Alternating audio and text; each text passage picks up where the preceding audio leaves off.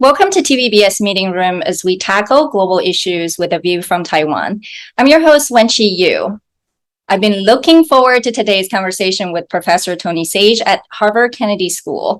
He's a world-renowned expert on China. His experience with China dated back to the 70s when he was a British exchange student. Last year, Harvard University also published his book, From Rebel to Ruler, 100 Years of the Chinese Communist Party. It's such a classic piece of work that should be in the syllabus of China 101 for all college students, in my view. As the world awaits the CCP's upcoming 20th Party Congress later in October, and as China undergoes yet another major political, economic, and social transformation, we're asking Professor Saich to help us get a better sense of where China is headed under Xi Jinping's third term as the party's Secretary General and the country's chairman. Professor Saich, welcome. Yes, thank you very much for the invitation. I'm actually delighted to be here. And thanks especially for the promotion of the book. Of course. As one of the world's foremost experts on China, so help us understand the mysterious CCP on the heels of the 20th Party Congress. What is the significance of the so-called 20大, and what is going to be decided at 20大, and how is it going to impact the rest of the world?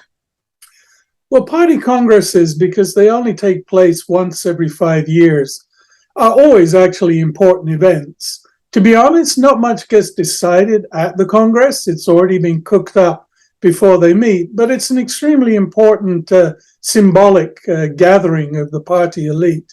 This particular meeting of 20大 is even more important, given that it is almost certain to confirm Xi Jinping's reappointment for a third term at the leadership of the Chinese Communist Party, which essentially will extend his rule out probably to 2035, depending on health, other conditions. And also it will do a number of other things. It will set in place the appointment of a number of his acolytes to leading positions. It will revise the party statutes, probably in a way that reinforces the dominance of Xi Jinping and his ideas within the Chinese Communist Party. And also it will stress the kind of outline of policy that China's will pursue over the next few years. So what might that be? Very briefly, I think it's going to be continuity rather than change, which means that the tough political atmosphere that we've seen in recent years will continue. On the economy, we're liable to see a continuation of a very state-oriented focus to economic activity with private sector, domestic, international, acceptable as long as it pursues and promotes the main priorities of the Chinese Communist Party. And externally, I think we'll see a continuance of a more aggressive promotion of what China defines as its core national interests. We'll have the carrots of the trade and investment, but of course the sticks pushing more strongly around questions of sovereignty.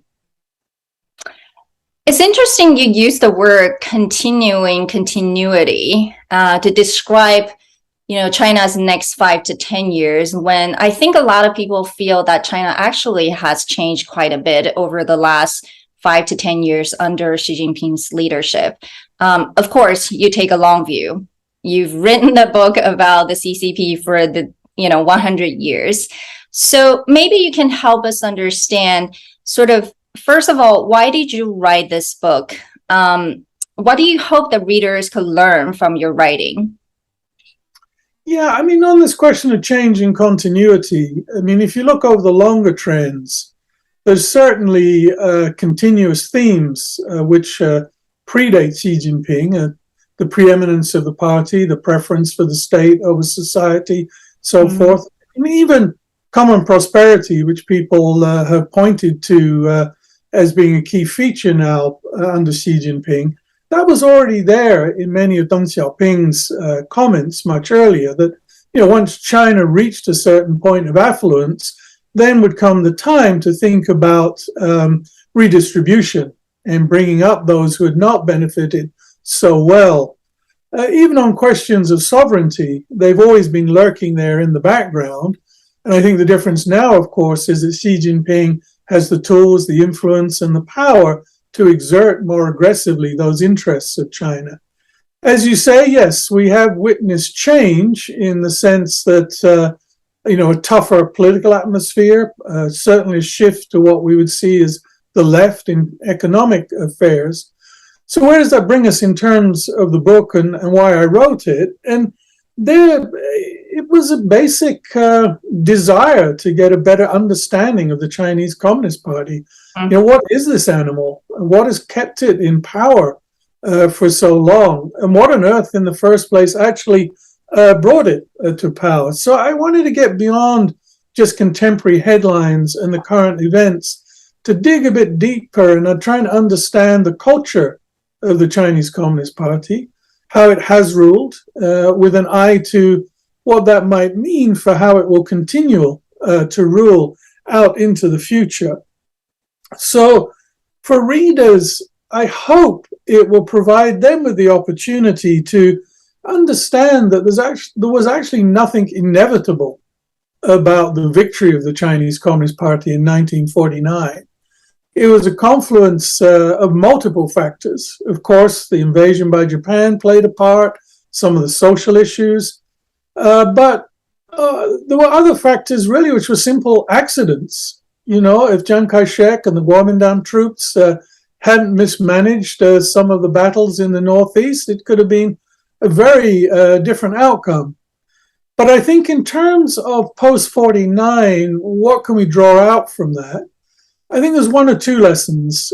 First is that ideology and organization are crucial for the Chinese Communist Party. It likes to control as much of society as it can. It does that through the organization department with appointments, but it also does it through ideology and propaganda, creating a narrative that it then hopes that everybody will buy into. I think another key factor that helps explain post-1949 rule is that when it took power, it was very autonomous from forces within society. It claims it's the party of the working class when it took power, but hadn't really had any association with the working class since 1927. Some people call it a peasant army, but did it really represent the interests of the party? Maybe to start with land reform, but that quickly was jettisoned with collectivization, corporativization. So it meant that in many ways, the party as a moral arbiter, as it saw itself, was independent from forces within society, which gave it tremendous capacity to pursue its own particular interests. And that means, I think, just to conclude on this particular question, it also means there's nothing inevitable about continued rule of the Chinese Communist Party. It does need luck to keep going. The droughts, the pandemics don't undermine its authority. It will continue with harsh policies around critics, and it will continue to focus on ideology and organization. But, mistakes can undermine its competence and capabilities. Yeah, I think what I like the most about your book is that it really looks beyond the contemporary discussion about China. I mean, there's so much attention paid to China based on, legitimate understanding or not. But I think throughout your book, the sort of common theme I think I personally have drawn out is how the Communist Party has been very flexible in reality, in terms of its own ideology and its own way of governing the country. But most importantly, I think with the center focus of managing the economy, right? Ultimately, it is about making sure that the people are being fed and they're not going to be hungry. Of course, it took 50s, 60s, and 70s for them to learn from their own mistakes. However, what we saw in the past 2 to 3 decades was a very, very successful economic transformation. I don't think anyone can deny that. However, China's growth is slowing down with a fast aging population, growing inequality, as well as the West's increasing distrust of China. So we're witnessing China closing doors and striving to be self-sufficient and focusing on the so-called dual circulation. I have many friends who are entrepreneurs and they have lost confidence in China's immediate future and wanted to leave the country or have left the country. Some even liken this change under Xi Jinping to Mao's era. Do you agree with all the assessment and the sort of current view of China? Well, I'm going to give a classic academic answer to that, which is yes, no, and maybe. Let me come back to the first point you made about its adaptability and its flexibility. I think that has been extraordinarily important, explaining how the Chinese Communist Party has been able to survive, both in the present but also in the past. If you think in the 1920s, it was a party based on trying to produce urban insurrection and promote the interests of the working class. That was destroyed in 1927. It reorganized itself into the countryside, built military forces and so on. And similarly, if we look at the present time, who would have thought coming out of the Cultural Revolution that China would have adopted the kinds of open door policies, the kinds of economic reform, somewhat grudgingly and often resisted, to open the doors to private industry. So you're right, that adaptation and flexibility has been extremely important. I suppose what one does now under Xi Jinping, is that being ignored? Is it becoming a more rigid, more institutionalized and less fluid pattern of rule? And I think that is certainly true. If we look at the question of the private sector and the economy, again, I think we need to take a historical view of this. I mean, I think people bought into the idea that China was changing, would always change. But again, if we look back at history, when the party was formed in 1921, it had the express objective of destroying the capitalist class, getting the foreigners out of China. After 1949, it eradicated, almost as soon as it could, private enterprise, private business. So it's always had this sort of ambivalent feeling towards the private sector and its role.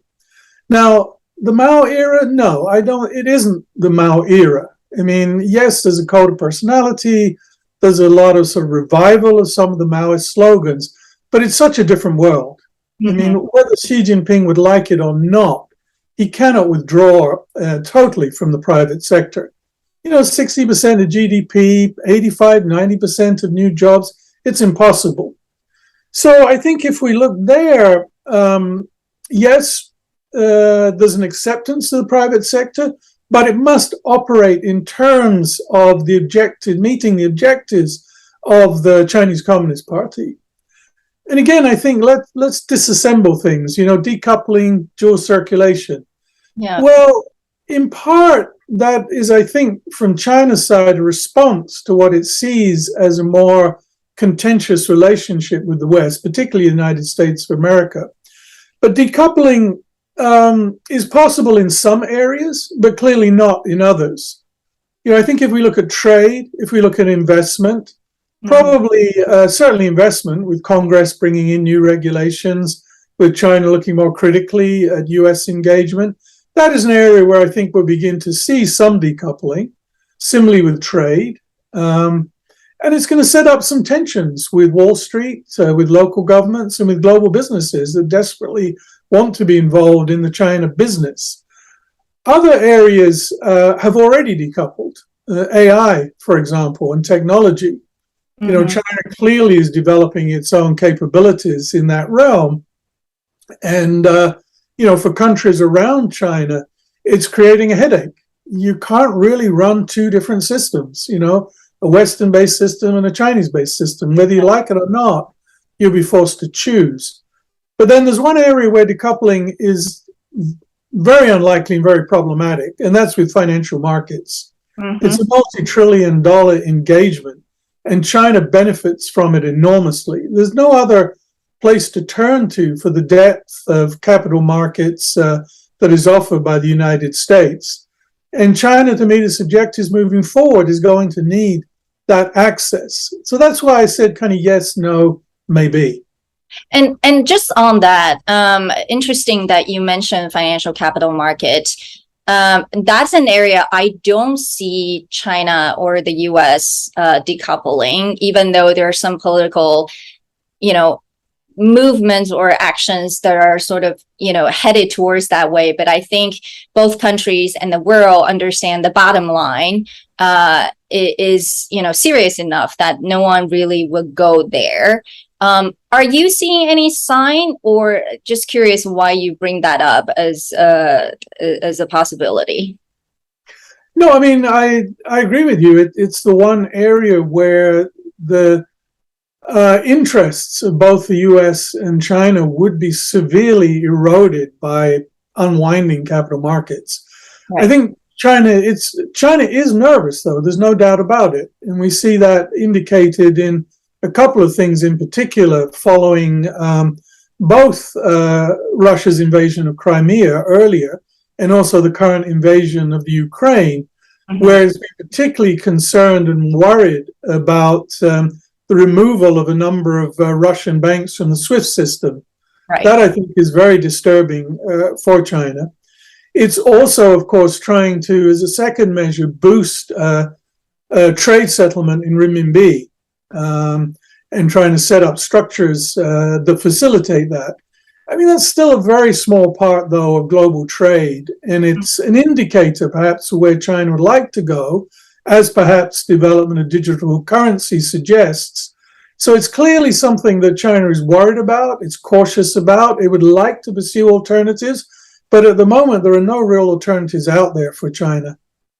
Yeah. So it sounds like China is trying to be self-sufficient with regards to technology. We see in the development of trying to be independent in terms of semiconductor manufacturing and other areas like AI. But in areas like financial capital market, it's going to be difficult. And I think a lot of people see that vulnerability. So I'm going to, go to the question about how will China manage its relationship with the rest of the world?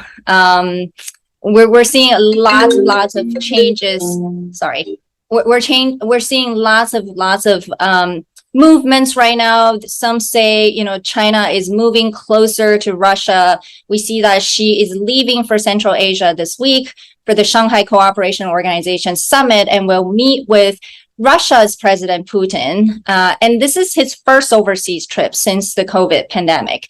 So how is China going to navigate and manage its relationship with whether it's the United States, Russia, and others? And of course, Taiwan is another major issue when it comes to its relationship with the rest of the world. That's a big question. Let me just first make one other comment about where I think China is going with technology.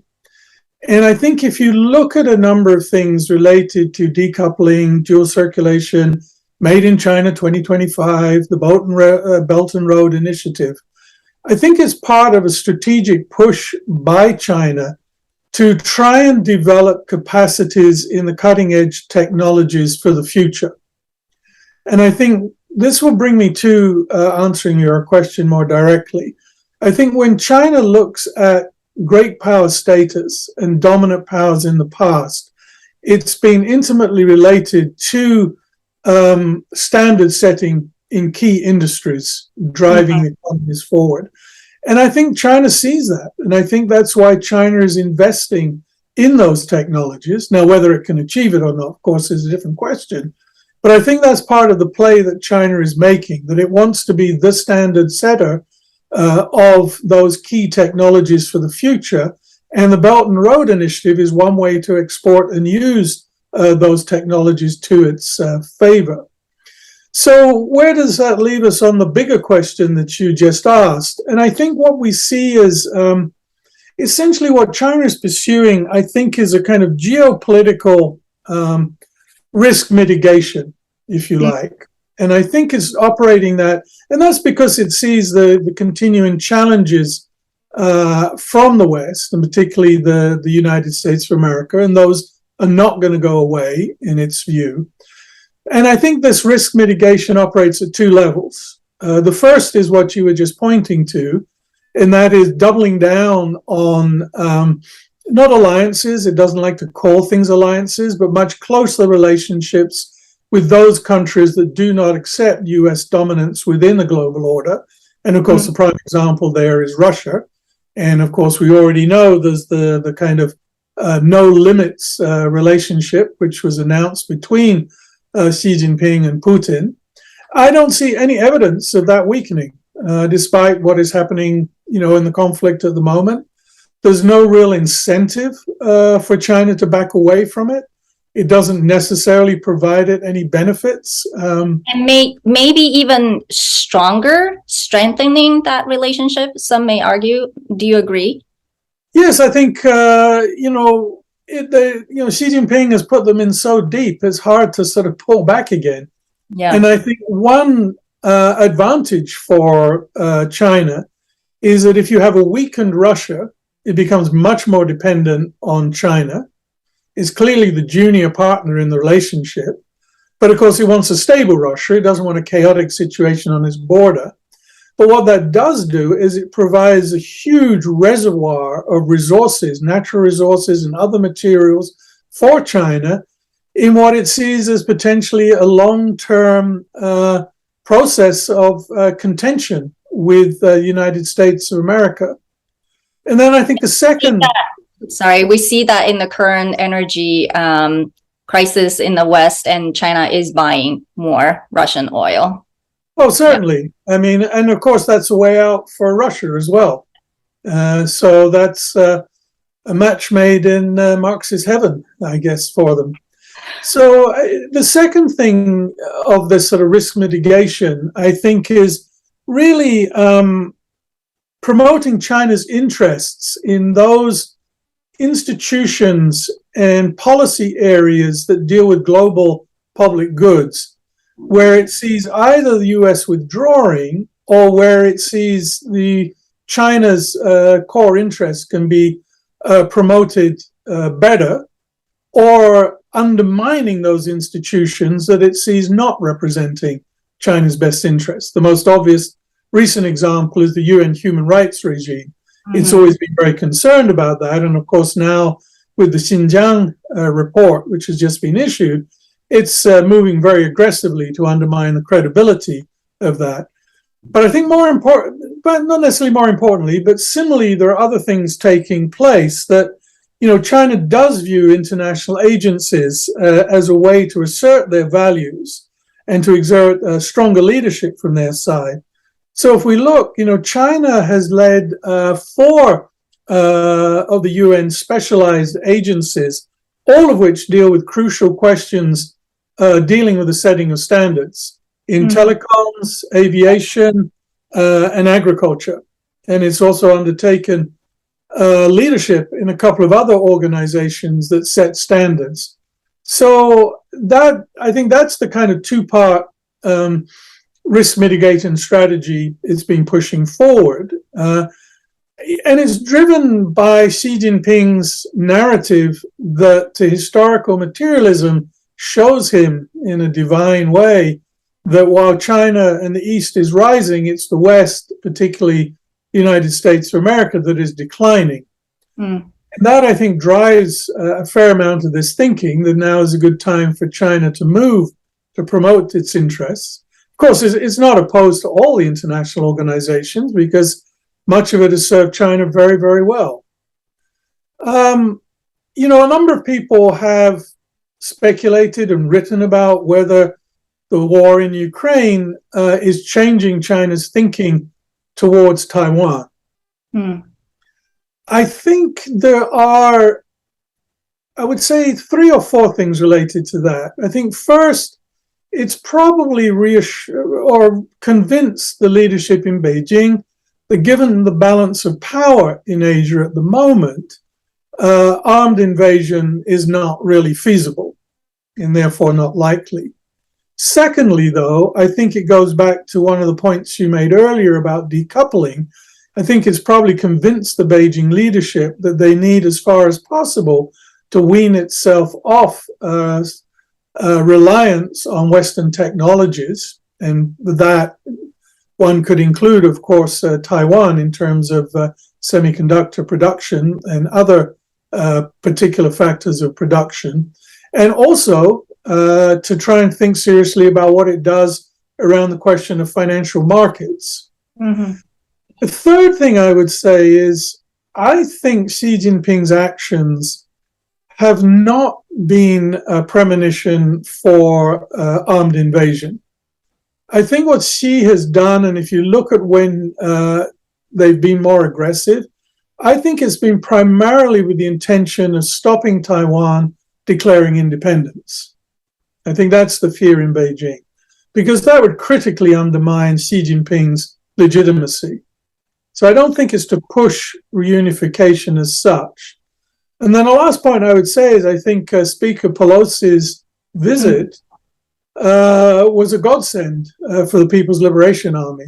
It gave it the perfect opportunity to have a kind of full-scale exercise, to rattle proverbial sabers, and to gauge what the kind of Taiwanese defense capabilities are in that situation. So unlike some, I think Xi Jinping is willing to play a long game. I think he thinks, tide is inevitably turning in China's favor. And that doesn't mean reunification as an objective is going away. In fact, it's stated as an objective for 2049 still. That's super interesting how the two parts of the answers you provided just now. One looks at China in terms of its risk mitigation. The other with Taiwan is looking at it from more of preventing it from declaring independence. While I would say many others, especially those in the United States and the West, look at China as a more intentional actor. So in terms of global stage world affairs, some would say China is intentional exerting its influence rather than reacting to what the West may do to China. The other on Taiwan, some would say China is being more aggressive making the move because it actually wanted to annex Taiwan rather than being more passive and reactive to prevent Taiwan from declaring independence. I think these two views really shape how people perceive China as more of an imminent threat or as an actor that needs to be more managed or integrated into sort of the global normative behavior. I wonder if you have any thoughts on that. Yeah, I think that's a very good point. I mean, in certain areas, it clearly is intentional. As I said earlier, I think it clearly has a clear objective in terms of exerting its authority around certain areas, industry, technology. In some ways, I see China's approach like a mixture of sort of Marxist views that ultimately capitalism will be overturned with the traditional Chinese notion of tianxia, where you see Chinese sort of cultural sphere radiating out, but much more extensively and powerfully than under the imperial system because of its economic might. Mm-hmm. And I think, following up from what you said, I do think you begin to see China being more intentional in that it is now beginning to say its model of economic, political development, while it says we do not wish to force it on others, they are now beginning to suggest more and more that it could be a model for others to follow, counter to that of the US. I think Taiwan is a different issue, and I think Xi Jinping is not stupid. I mean, he knows conflict there could be extremely detrimental to China's economic and long-term hopes. And I think he sees the capability to just squeeze Taiwan whenever he thinks it's necessary. Around trade, embargoes, maybe, snipping at one of the outlying islands. He can keep one by one stripping diplomatic recognition from Taiwan to keep up the pressure when Beijing wants to. So I think perhaps he's a little more, not relaxed, but is looking more to a longer term solution that he feels will make it inevitable for Taiwan to come to him. Yeah. On that, I know we're towards the end. The last question for you is really about how does the CCP continue its legitimacy, looking at the 100 years of history of the CCP being extremely adaptable and flexible in order to claim to its power. But we're also seeing China being quite controlling in many ways. The recent sort of severe COVID lockdowns in China and elsewhere now in Chengdu is one example. So what does that mean for China's governance moving forward, right? Do you think it's really continuing through this kind of very restrictive and almost authoritarianism kind of governing is the only way to continue its legitimacy and controlling of China? Or it needs to be more open and flexible in order to achieve its so-called China dream. What is this path forward? What I think, of course, is not important. I mean, I think that to meet its objectives, it needs to shift significantly its economic policy. And of course, the open engagement globally has helped drive a lot of China's development. What is far more important is how Xi Jinping and other leaders in Beijing see the situation. Well, they do read what you write and say. I have to say, the government has quoted multiple times some of the studies coming out of you and the Ash Center. So don't underestimate how influential your words are. Well, they use what they want to use. Let's say that. For sure, yeah. Famine, plagues, and droughts are always the signs of the end of a dynastic cycle. So I think there is a certain fear amongst the leadership in Beijing and a paranoia which drives policy often. But let me conclude by saying two things related to this. I think the first thing that drives a lot of Xi Jinping's thinking is what happened to the Communist Party of the Soviet Union. He talks about it a lot. He talks about the fact that no one was man enough to stand up, to defend the party. And I think that fear is still there. And unlike Jiang Zemin, who I think saw one solution to that challenge was to loosen up somewhat, kind of soft authoritarianism, I think Xi Jinping has rejected that in favor of a hard authoritarianism. And, doubling down on, eliminating dissent, toughening up control over as much of economy and society as is possible. So I think that kind of hard authoritarianism is baked into the proverbial bones. On the question of legitimacy, it's quite clear that for most citizens, it's about what people call performance legitimacy. Mm-hmm. I think that is also why Xi Jinping is trying to strengthen study of Marxism, although I don't think a lot of people really believe in that absolutely anymore in China. But it's not just economic growth. They've been preparing their population for the fact that growth will slow, that it will never restore to the same high levels as in the past. And they've been buttressing it by a set of more populist policies, building social welfare infrastructures, and trying to promote common prosperity to deal with the inequalities in China. And it does mean that despite often what we think, the leadership has been responsive to some citizen concerns. If you think of corruption, the environment, the inequality, it has undertaken actions there. And then last but not least, what it tries to boost those populist measures with is the motivation of nationalism. Mm-hmm. And of course, from their perspective, reunification with Taiwan plays an important role in that. Finally, then, is that enough? Well, time off is going to tell. I don't think the current economic policies are going to produce sufficient growth rates. China doesn't need 7-8% growth anymore. But, if it begins to sort of stutter along at 2 to 3%, can it meet its domestic objectives as well as still projecting its power overseas? I think that becomes questionable. And then most of the problems, in my view, really relate to questions of governance.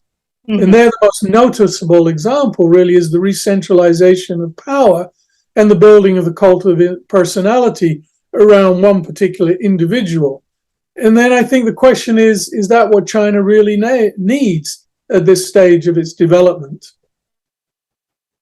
Yeah, I think that was excellent in the sense that a lot of people misunderstood how China or Chinese Communist Party govern China or Chinese people. A lot of people assume that strict top-down approach is the only way for China or CCP to survive. But in reality, I think there is a lot of push, back and forth between the party and its own people. And I think that sort of being practical and being flexible is actually the secret to the CCP's longevity.